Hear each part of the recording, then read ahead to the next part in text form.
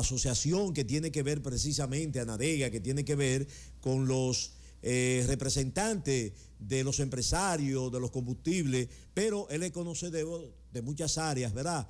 Y lo vemos diferentemente tratando temas que son de actualidad y sobre todo temas que son de Estado, temas que son del país. En una oportunidad lo tuvimos aquí, un honor, en el Imperio de la Mañana, y hoy se ha trasladado para estar aquí de manera presencial y escuchar nosotros, ustedes, cuál es la opinión de estos 2 años del presidente Luis Abinader, que va a estar hoy en Santiago, cuáles son las sombras, cuáles son los avances, ¿verdad?, que ha tenido este gobierno.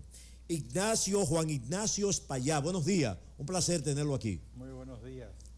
La verdad es que la invitación de ustedes me sorprende, pero yo he tenido una ligación siempre con los sectores de cambio, de revolucionarios, de una manera u otra, aunque he estado en el mundo productivo de manera fundamental en la parte de la ingeniería y de los combustibles. Y esta fecha para mí me llena de mucha, me hincha mi corazón, porque recordamos en el 1863 cuando Santiago Rodríguez y un grupo de dominicanos vinieron hasta Capotillo y lanzaron el grito de la restauración, y 2 años después logramos sacar del país al imperio español, que nos volvió a mancillar de nuevo, y es una fecha muy gloriosa. En el aspecto de mi vida como actor social, que he estado ligado al cambio, fui parte de este cambio que se desarrolló para sacar al gobierno que nos mantuvo en retroceso en las ideas oportunistas del Partido de la Liberación Dominicana, pero hoy estoy en una plataforma de observar en detalle cómo este gobierno de Luis ha realizado o ha ejecutado su trabajo alrededor de las aspiraciones que hemos tenido los dominicanos y de manera particular mía. Si queremos hablar de luces y sombras, yo quiero hablar primero de luces. Las sombras están también ahí. Y la primera luz que yo observo en el gobierno de Luis es que ha retomado el respeto a la institucionalidad, en el aspecto de que pasamos a tener una Cámara de Cuentas responsable, que no la teníamos. Era una especie de vagabundería que había en el gobierno del PLD, que se ponían funcionarios en la Cámara de Cuentas para que le legalizaran y le arreglaran los informes. Hemos pasado a tener una institucionalidad en el aspecto de que la Procuraduría General de la República, auxiliar de la justicia, ha venido a jugar un papel estelar en procura de que los crímenes y las situaciones no decentes no queden impunes en la República Dominicana. Y eso me ha llenado de mucha satisfacción que se ha desarrollado de esa manera.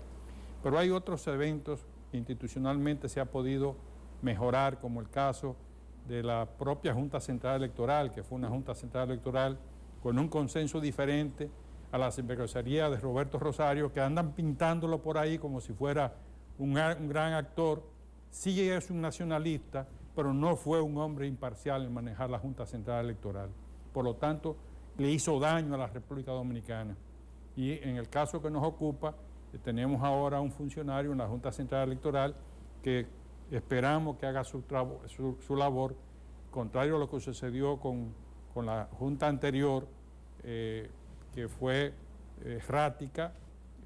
Recordemos qué pasó con las elecciones municipales y las propias elecciones nacionales, que tuvieron sus limitaciones.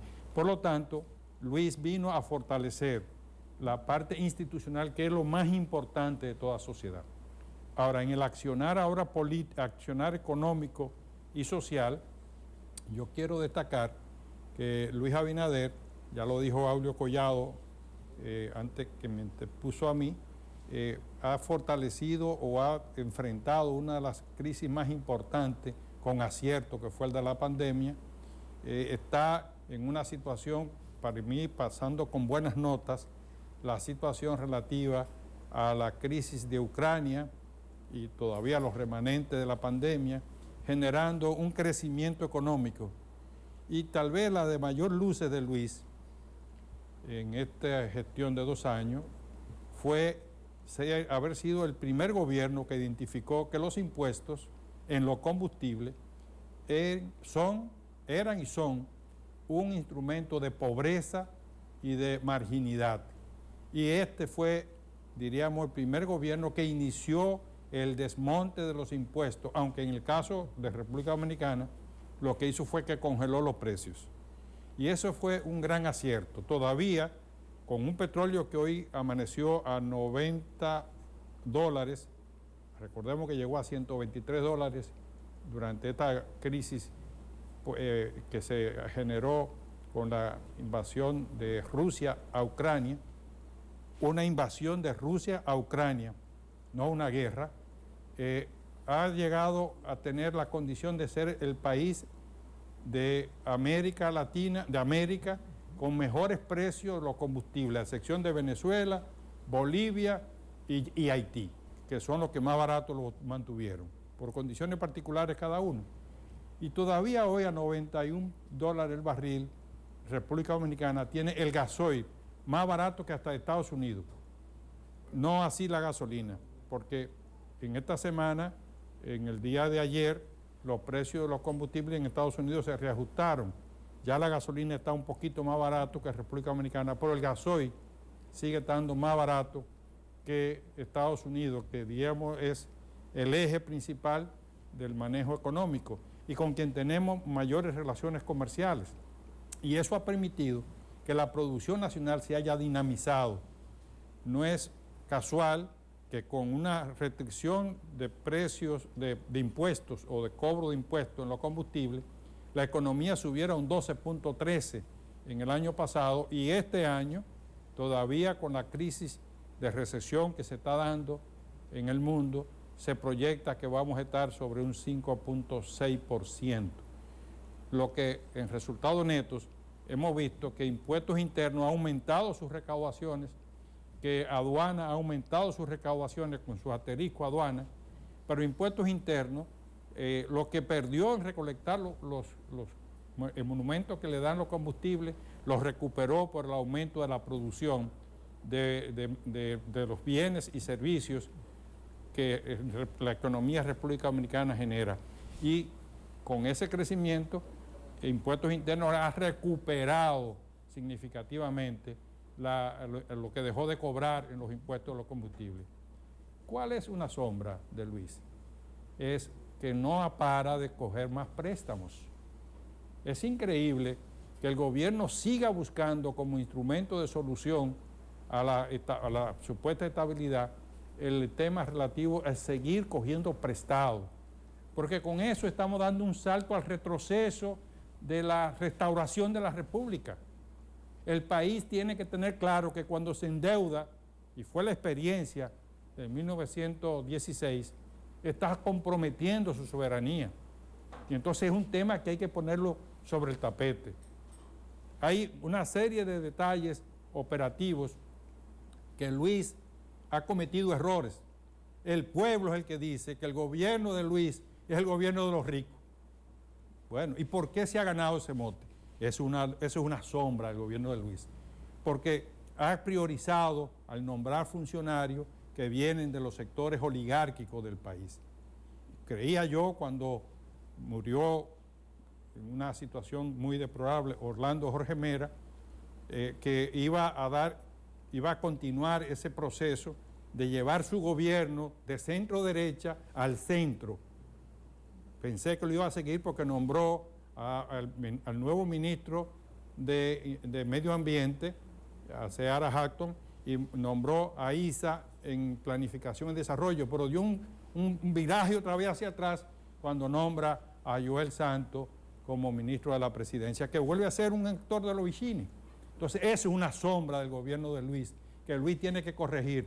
Yo invito a Luis que lleve su gobierno al centro, a la centro izquierda, no a la centro derecha como lo ha generado hasta ahora. Bueno, estamos conversando con Juan Ignacio Espaillá, representante del sector de los combustibles aquí en la República Dominicana en este programa especial. 2 años del presidente Luis Abinader. Sombras y luces. Máximo. Buenos días. días, señor Ignacio Espaillat. Hay una pregunta que yo quisiera, como experto en combustible, que los commodities de los combustibles se han disparado a nivel mundial. ¿Usted considera que nosotros hemos tomado las precisiones o las previsiones para evitar una falta de combustible en nuestro país, sobre todo lo que se refiere al gas y al carbón? Porque con la guerra de Ucrania y Rusia, los incrementos en la inflación de esos productos se van a ver reflejados en todo lo que va a ser la inflación del tema energético, básicamente. No así lo que tiene que ver con la gasolina, porque también hay un problema, y es que usted sabe que nosotros no procesamos la mayor parte de la gasolina que consume el pueblo dominicano. Desde su punto de vista, ¿qué incidencia tendría el factor energético de los combustibles, por ejemplo, como el gas y el carbón, en República Dominicana? Bueno, los combustibles en sentido general impactan de manera directa todas las actividades económicas de la República Dominicana, porque a excepción de la generación eólica que ha ido creciendo y que está todavía por debajo dentro de una primera cifra porcentual, y la hidráulica que antes ocupaba 2 cifras porcentuales y que ahora está por debajo de esas 2 cifras, nuestra mayor capacidad o suministro que tenemos de energía es importada, tanto carbón como gas natural, como gas propano, como el petróleo. Y por lo tanto, cada vez que en el mercado internacional esas famosas bolsas juegan con el mundo haciendo especulación, fíjense que solamente el hecho de que en el día de ayer se anunciara que iba a haber un restablecimiento de la demanda de petróleo, producto de que las necesidades de gas de Europa la iban a resolver a partir de aumentar el consumo de petróleo, ya el precio de la bolsa subió un 2.5% de ayer a hoy, nada más con eso. Y todavía no ha habido ninguna demanda adicional de petróleo en Europa. Ese es el mundo que hoy vivimos. En ese mundo nosotros tenemos la realidad de que República Dominicana está siempre expuesta a buscarle solución a la situación del suministro de uno y de otro. Pero resulta que como no somos productores de petróleo, nuestra economía se ha estructurado ajustando los costos de acuerdo a cómo cambia el mercado, y no tenemos la más mínima posibilidad de que la República Dominicana se quede sin suministro de energía. ¿Por qué? Porque como ajustamos los costos, inmediatamente los precios suben, a no ser que nos quedemos sin divisas, como sucedió en el 89, cuando el doctor Joaquín Balaguer jugó con la economía y dejó que las divisas se esfumaran, y después no había con qué comprar petróleo, y ahí duramos casi 3 meses, 4 meses, sin combustible. No sé, los menos jóvenes, si lo recuerdan eso del 89-90, si hay divisa, no hay problema. Bueno, y en una economía como la de hoy, que tenemos la cantidad de divisa más alta de la historia, con 14.300 millones de dólares, según anuncia el Banco Central, no tenemos ninguna duda de que no vamos a sufrir ningún revés, a sabiendas de que el carbón que nosotros, nuestro suplidor ordinario de carbón, ha aumentado sus precios, producto del tema del manejo de la bolsa, pero Colombia sigue siendo un suplidor estable de República Dominicana, con el asterisco de que Petro ahora ha anunciado una revisión sobre el tema de la explotación minera, habría que ver, pero la verdad es que no tenemos ningún riesgo de recibir las importaciones de carbón, y del gas natural y el gas propano, los dos, tenemos contratos y tenemos un suplidor muy cercano, que es Trinidad y Tobago. En Trinidad y Tobago es que tenemos el gas natural líquido que traemos al país, que es la fuente que se tiene para varias de las plantas termoeléctricas, un precio que todavía es bastante atractivo para cualquier mercado. Y tenemos entonces también de ahí mismo el famoso gas propano, cuyo nombre real es propano comercial, porque no viene de una torre de destilación, sino que viene de los líquidos pesados, de los pozos gasíferos, que sacan el gas natural usando el liviano, y el gas, los líquidos pesados lo usan para gas propano y para adicionar también a la gasolina.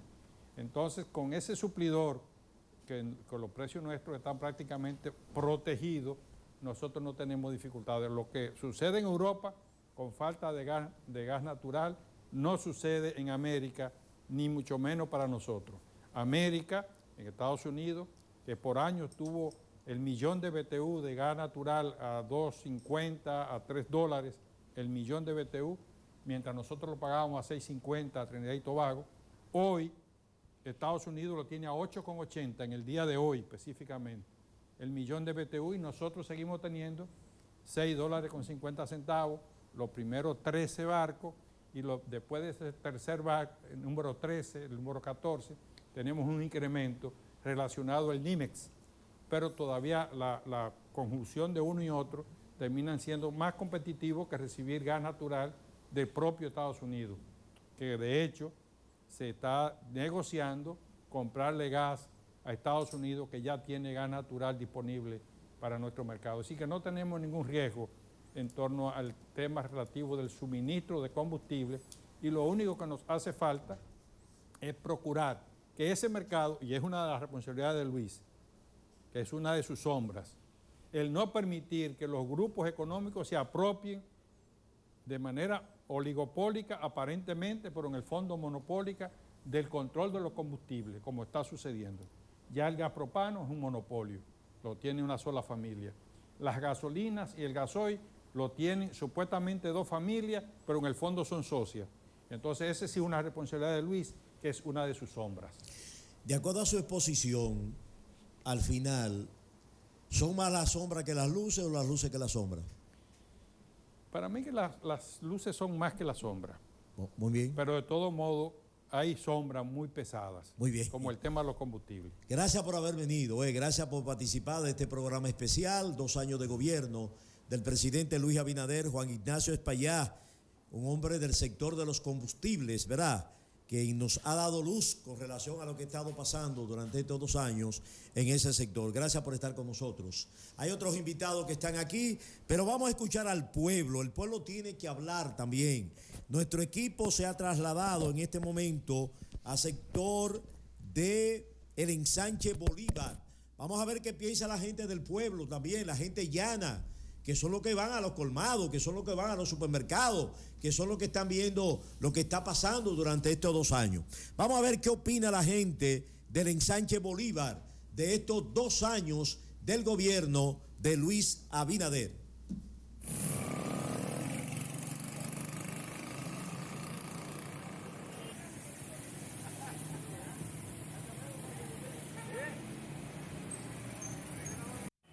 ¿Cómo tú ves sobre la gestión de Luis Abinader, que mañana cumple 2 años? ¿Positivo o negativo? Todo bien, positivo. ¿No es positivo? ¿Y por qué? Lo ha cotejado con muchas cosas y ha metido a la gente que tiene que meter para allá, imagínate. ¿Cómo se llama este sector aquí? Cirolito. Gracias. Estamos en el sector de los cigolitos, ¿verdad? Sí, este es Cirolito. ¿Cómo usted ve la gestión de Luis Abinader? ¿Positivo o negativo? Yo lo voy a ver.